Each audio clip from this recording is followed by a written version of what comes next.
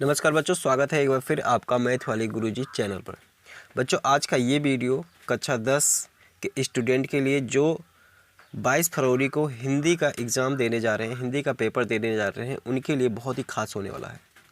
आज की इस वीडियो में मैं बताऊंगा कि अगर 7 दिन में ही आप 70 नंबर लाना चाहते हैं हिंदी के पेपर में तो कैसे लाएंगे और क्या क्या तैयारी करेंगे। जो जो चीज़ फिक्स है पहले मैं उसको बता रहा हूँ कि ये चीज़ें फिक्स है, और वो चीज़ मैं बता रहा हूँ जब हम कक्षा 10 में थे और हमारे सर ने बताया था, वही चीज़ आज आपको इस वीडियो में देखने को मिलेगा और वो एकदम हूबहू काम करता है। अगर उस रणनीति पर अगर आप काम करेंगे तो आपको 70 में 70 लाने में हिंदी में कोई भी नहीं रोक सकता है। कोई भी फर्जी बात नहीं, एकदम जो बताएंगे उसी तरीके से ही आपको एग्ज़ाम में क्वेश्चन देखने को मिलेगा। तो सबसे पहले मैं यहाँ पर आपको मॉडल पेपर दिखा देता हूँ कि आपको एग्ज़ाम में कैसे पेपर देखने को मिलेगा। उसके बाद फिर मैं बात करता हूँ। वीडियो को पूरा देखिएगा, कोई स्किप मत करिएगा, अन्यथा आपसे बहुत बड़ी जानकारी मिस हो जाएगी और आप परीक्षा में हो सकेगा तो कम नंबर आएगा बच्चों, ठीक है। इससे ज़्यादा तो और कुछ नहीं होगा, ठीक। तो देखें यहाँ पर ये मैं मॉडल पेपर दिखा दे रहा हूँ। ये मॉडल पेपर है। इस तरीके से आपको 3 घंटे 15 मिनट आपको समय मिलेगा हिंदी में, और ये 70 नंबर का पूर्णांक होगा। ये सब निर्देश दिया रहेगा जो कि पढ़ सकते हैं, और ये बहुविकल्पीय प्रश्न खंड आ में, ठीक है। 20 नंबर के क्वेश्चन होंगे, पूर्णांक 20 नंबर का होगा, और इस तरीके से क्वेश्चन दिए होंगे, ठीक है। तो इसको मैं एक बार दिखा देता हूँ। इसके बाद देखें, मैं इस पे बात करूँगा किसी दूसरे वीडियो में, लेकिन अभी मैं जो बात करने वाला हूँ मैं केवल इसको मॉडल पेपर दिखा रहा हूँ। मैं जो बात कर रहा हूँ वो कैसे आप तैयार करेंगे, 7 दिन में 70 नंबर कैसे लाएंगे, उसके लिए मैं बात करूँगा। तो देखें, ये सब सारी चीज़ें देख लें। इस तरीके से ये 17 नंबर क्वेश्चन है, और ये जो है 17वां नंबर क्वेश्चन का ये है यहाँ पर, ठीक है। 18, 19, 20 इस तरीके से यहाँ पर बहुविकल्पीय क्वेश्चन 20 नंबर के ख़त्म हो रहे हैं। अब यहाँ से मेन चीज़ शुरू हो रहा है, ठीक है। मेन चीज़ जो मैं बताने वाला हूँ यहाँ से शुरू हो रहा है, खंड बा से, ठीक है। ध्यान देना। प्रश्न संख्या 1 गद्यांश आता है, जैसा कि सभी लोग को पता होगा, और इसमें 2 गद्य आते हैं, एक ऊपर का गद्य और एक नीचे का गद्य। पहले देख लो फिर मैं बता रहा हूँ इसके बारे में, ठीक है। और यहाँ पद्यांश भी आता है, मतलब पद्य का कुछ अंश आता है और उसका कुछ उत्तर देने के लिए आता है या उसका व्याख्या करने के लिए आता है। तो पहले देख लो यहाँ पर सब कुछ। तो इस तरीके से यहाँ पर देखिए, ये 3 क्वेश्चन दिए रहेंगे, फिर ये अथवा करके 2 पद्यांश आएंगे और इसके 3 क्वेश्चन दिए रहेंगे, उसके आंसर देने को रहेंगे। प्रश्न संख्या 3 में देख लो, संस्कृत आएगा और उसका क्या करना होगा, अनुवाद करना होगा संदर्भ सहित। तो इसको भी देख लो, देखते रहो, ठीक है। उसके बाद यहाँ पर गद्यांश भी संस्कृत का आता है और पद्यांश भी आता है, उसका भी हिंदी में अनुवाद करना होता है। तो इसको भी देख लो, ठीक है। अपने पठित खंड काव्य के आधार पर निम्नलिखित प्रश्नों में से एक का उत्तर दीजिए, ठीक है। तो ये खंड काव्य लिखने के लिए आता है, यहाँ पर देख सकते हैं, ये है खंड काव्य, मुक्तिदूत खंड काव्य। ये सभी उत्तर प्रदेश के सभी ज़िलों के आधार पर होता है, ठीक है। तो अगर आपको आता है कि कौन से ज़िले में कौन सा ये खंड काव्य लिखना है तो अच्छी बात है। अगर नहीं आता तो मैं आपको एक छोटा सा वीडियो बना के बताऊंगा, ठीक है, कि कौन से ज़िले में कौन सा खंड काव्य लिखना है, ठीक है। तो यहाँ पर ऐसे देखो, ये झा तक दिया हुआ है, ये झा तक दिया हुआ है। तो यहाँ पर सभी ज़िलों में सबका अलग अलग होता है, खंड काव्य लिखना होता है, ठीक है, केवल एक। उसके बाद यहाँ पर देखो, प्रश्न संख्या 6, दिए गए लेखकों में से किसी एक का जीवन परिचय लिखते हुए एक प्रमुख। तो ये चीज़ है। फिर ये देख लीजिए, सब देख लो। 7 नंबर में है श्लोक, ठीक है। अब मैं यहाँ जो बात करने वाला हूँ उसको समझिए, इसको भी थोड़ा सा और देख लीजिए। ये है, ठीक है, देख लो पूरा, फिर बता रहे हैं। तो ये है पूरा मॉडल पेपर। आपको 2024 के बोर्ड के एग्ज़ाम में इसी तरीके से पेपर देखने को मिलेगा, ठीक है। अब मैं जो बात बताने वाला हूँ उसको ध्यान से सुनो। देखो यहाँ पर देखो, मैंने अवतार के बुक से एक विशेष सूची निकाला हुआ है, और यहाँ पर समझिए कैसे आप 70 में 70 नंबर लाएंगे 7 दिन में। गारंटी ला सकते हैं, ठीक है, लेकिन मेहनत करना पड़ेगा। ध्यान ये है, ध्यान देना है बच्चों, मेहनत करना पड़ेगा और कोई भी विकल्प नहीं है। कोई भी मैं ऐसा फर्जी चीज़ें नहीं बताऊंगा कि जिंदा जला देना, ये कर देना, वो कर देना, नहीं, सब कुछ है, सब कुछ आपके ही मेहनत के ऊपर डिपेंड करेगा। मैं एक टीचर होने की वजह से बता सकता हूँ कि क्या क्या करोगे, कैसे 70 में 70 आएगा, लेकिन मेहनत तो आपको ही करना होगा, ठीक है। तो देखें यहाँ पर गद्य एवं पद्य का विकास, ये चीज़ें तो अभी छोड़ दो। देखो खंड गद्य, यहाँ से ध्यान दो। इसमें बच्चों जो गद्य में है उसमें कितने चैप्टर हैं इसमें ध्यान दो। तो कुल 7 चैप्टर है ना बच्चों, इसमें ध्यान देना है। मैं जो चीज़ें बताऊंगा कि वही चीज़ें अगर आप करेंगे तो गारंटी आपसे एक भी क्वेश्चन नहीं छूटेगा। जैसे आपको पता है कि गद्य से आते हैं ना, गद्यांश आता है, और उसके 3 क्या आते हैं बच्चों, उसका क्वेश्चन आता है, उसका आंसर देना होता है। तो देखो इसमें 7 चैप्टर है बच्चों।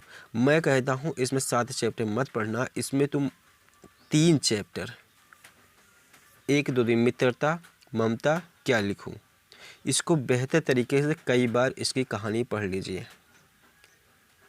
मित्रता पढ़ लीजिए, ममता पढ़ लीजिए, क्या लिखूँ। अगर और आपको मेरे बातों पे विश्वास नहीं हो, डर लग रहा हो, तो एक चैप्टर और पढ़ लो, भारतीय संस्कृति। इसके अलावा कोई चैप्टर मत पढ़ो, इसको बढ़िया से पढ़ लो। इसी में से ही आपको गद्यांश मिल जाएगा बच्चों, इसी में से ही गद्यांश मिल जाएगा। इसी 3 चैप्टर के लेखक का जीवन परिचय याद कर लो। मित्रता के, ममता के, क्या लिखूं, इसके जो लेखक है उनका जीवन परिचय याद कर लो, और किसी को भी मत याद करना। अभी मैं बताऊंगा कि कैसे कैसे इसी 3 चैप्टर में से ही हर बार आपको लेखक का जीवन परिचय लिखने को मिल जाता है, ठीक है। इसी प्रकार से खंड काव्य में अगर देखें तो यहाँ पर 13 चैप्टर दिया हुआ है। 13 चैप्टर मत पढ़ना, ये 4 चैप्टर खाली पढ़ लो, खाली 4 चैप्टर पढ़ लो। इसी 4 चैप्टर में से आपको पद्यांश मिल जाएंगे, और इस पद जो ये काव्य है, ठीक है, काव्य खंड है, इन सभी के जो राइटर हैं, जो कवि है, उनका जीवन परिचय याद कर लेना, 4 लोग का। इसी में से ही जीवन परिचय मिल जाएगा बच्चों, ठीक है। इसके अलावा कोई मत पढ़ो इधर। लेकिन एक चीज़ ध्यान देना होगा कि ये जो चीज़ें मैं बता रहा हूँ इसको बेहतर तरीके से तैयार कर लेना, क्योंकि अगर ये चीज़ें छूटा तो फिर आपका बहुत बड़ा, मतलब ये समझो कि छूट ही जाएगा फिर। लेकिन अगर इतने चैप्टर आपके बढ़िया से तैयार हैं तो आपको एक पद्यांश आपको मिल ही जाएगा, और उसी को ही आप छाप के चले आना, कुछ मत देखना। इसके बाद देखो संस्कृत खंड, इसमें से कितने चैप्टर हैं, इसमें है पूरा मिला के 9 चैप्टर। यहाँ पर तुम तैयार कर लेना, इसमें भी 4 चैप्टर तैयार कर लेना, ठीक है। 4 चैप्टर बढ़िया से पढ़ो, ठीक है, इतना ही।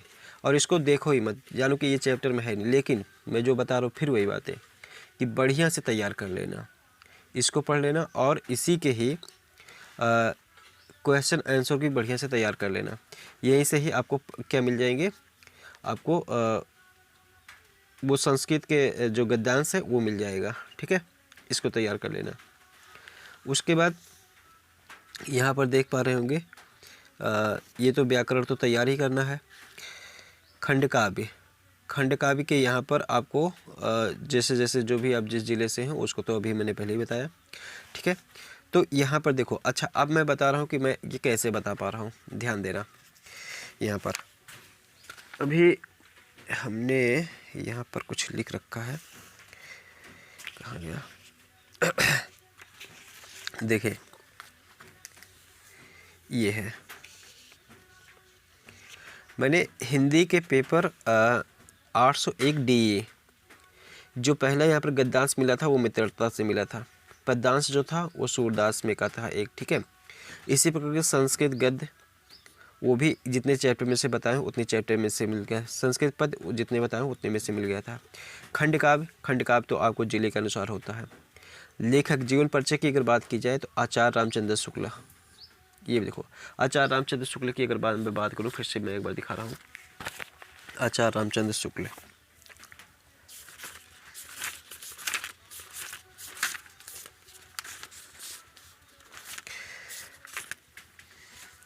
पहले चैप्टर के लेखक कौन है? आचार्य रामचंद्र शुक्ल। देखें, मित्रता आचार्य रामचंद्र शुक्ल ने लिख रहा है। ममता जयशंकर प्रसाद, क्या लिखो, पद्मलाल पुन्नालाल बख्शी। और भारतीय संस्कृत है, ये है कौन है भाई? डॉक्टर राजेंद्र प्रसाद। ठीक है, डॉक्टर राजेंद्र प्रसाद। तो मैंने क्या कहा, इतने ही आप चैप्टर तैयार कर लेना, बढ़िया से पढ़ लेना। इसके अगर कहीं से भी मिले आपको गद्यांश, तो आप वो समझ जाओ कि किस चैप्टर से है। इसके लेखक ये लोग हैं। ठीक है, इन्हीं का ही जीवन परिचय याद कर लेना। मैक्सिमम 3 लोग का ही जीवन परिचय याद करोगे, किसी एक लोग का मिल ही जाएगा। ठीक है, जैसे कि यहाँ पर मैंने दिखाया, देखो ये 801 DE, देखो 801 DE में ये चीज़ें आया हुआ था। आचार्य रामचंद्र शुक्ल, देखो मिल गया कि नहीं मिल गया, यहाँ पर ध्यान दो। आचार्य रामचंद्र शुक्ल 2023 में। ठीक है, यहाँ पर इसमें कवि में देख लो जीवन परिचय, कवि में गोस्वामी तुलसीदास, देखो दूसरे चैप्टर में है कि नहीं है, ध्यान देना। उसके बाद फिर यहाँ पर देखो दूसरा सेट मैंने लिख रखा है। ठीक है, 801 DF, ये DE और DF में देख लो कौन है, जयशंकर प्रसाद, भगवत शरण उपाध्याय, आचार्य रामचंद्र शुक्ल। ध्यान दो यहाँ पर आचार्य रामचंद्र शुक्ल, जयशंकर प्रसाद, एक लोग मिला कि नहीं मिला, देखो। ठीक है, और यहाँ पर मैंने एक लोग यहाँ मिल गए कि नहीं, एक ही लोग से तो मतलब है। ठीक है, एक ही लोग तो चाहिए, लेकिन मैंने फिर कहा बेहतर तरीके से तैयार कर लेना है, नहीं तो छूट ही जाएगा तो फिर छूट जाएगा। ठीक है, लेकिन अगर इतना तैयार कर लूँ, मेरी गारंटी का थी एक लोग मिल ही जाएंगे, और उसी का छाप के चले जाना चुप मार के। फिर यहाँ पर देखो पद्यांश में, इसमें इसके जीवन परिचय, तुलसीदास, बिहारी, मैथिली सरल गुप्त। ध्यान दो यहाँ पर, सूरदास, तुलसीदास, रसकांत, बिहारी, एक लोग मिल गया कि नहीं मिल गया। तो ये 2 सेट का हमने दिखाया। ठीक है, और भी मैं दिखा रहा हूँ, और भी दिखा रहा हूँ आपको। देखो ये मैंने 2022 का सेट लिया हुआ है। ठीक है, 901 801 AE दिखाता हूँ यहाँ पे जीवन परिचय। जीवन परिचय मैं आपको दिखा रहा हूँ बच्चों, ये देख लो, ये देख लेना, पद्यांश, ये गद्यांश देख लेना, मिला लेना। ठीक है, ये वहीं का ही होगा, किसी इसी 3-4 चैप्टर में किससे मिल जाएगा। तो इसके मैं अभी बहुत डिटेल में नहीं जा रहा हूँ। यहाँ पर ये हो गया, यहाँ देखो जयशंकर प्रसाद, डॉक्टर भगवत शरण उपाध्याय, रामचंद्र शुक्ल। तो ये मिल रहे हैं कि नहीं मिल रहे हैं, कहाँ गए मेरे भाई, ये देखो, देखो जयशंकर प्रसाद मिला कि नहीं मिला, 2022 का है ये पेपर, इसको देख लो। इसके बाद इसमें सूरदास है कि नहीं है, देख लो, मैं प्रूफ के साथ दिखा रहा हूँ, कोई फर्जी चीज़ नहीं बता रहा हूँ। ठीक है, तो इसको देख लिए, ये 801 AE था, और ये सब भी देख लेना। ठीक है, ये ठीक वहीं से ही मिल जाएगा। ठीक है, जितने चैप्टर मैं बताया हूँ उसी चैप्टर में से सब कुछ मिल जाएगा। ठीक है, और उसके बाहर का कोई नहीं आएगा, तो बढ़िया से तैयार कर लेना इसको। लेकिन वही चीज़ मैं फिर बता रहा हूँ, बार बार कह रहा हूँ कि बढ़िया से। ठीक, तो ये हो गया, और इसी में ही एक और मैं दिखा रहा हूँ। अभी तो मैंने AE का दिखाया, अब मैं दिखा रहा हूँ आपको, इधर देखो AE था ये 801 AA, 801 AA, ध्यान दो 2022 ये सेट है। इसमें भी देख लो जीवन परिचय, इसमें भी देख लो, ये यहाँ पर है, इसमें में कहा है, देखो यहाँ पर जयशंकर प्रसाद, राजेंद्र प्रसाद, भगवत शरण उपाध्याय है कि नहीं है, 801 AA देख लो।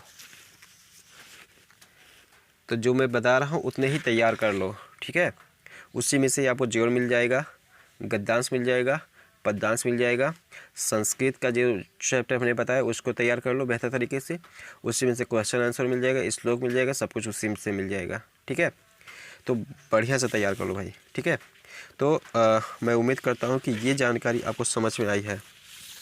ठीक है, और आप इस तरीके से अगर मेरे प्लान से अगर तैयार करोगे, मेरे प्लानिंग से अगर तैयार करोगे, तो आप 70 में 70 गारंटी पा जाओगे। तो 50 नंबर तो मैंने बता दिया कि किस तरीके से आप पा सकते हो 50 नंबर। 20 नंबर की अगर बात की जाए तो 20 नंबर आपको मेहनत थोड़ा करना होगा, क्योंकि अलग अलग टाइप के क्वेश्चन पूछ लिया जाता है। ठीक है। तो इसको मेहनत करिए, ठीक।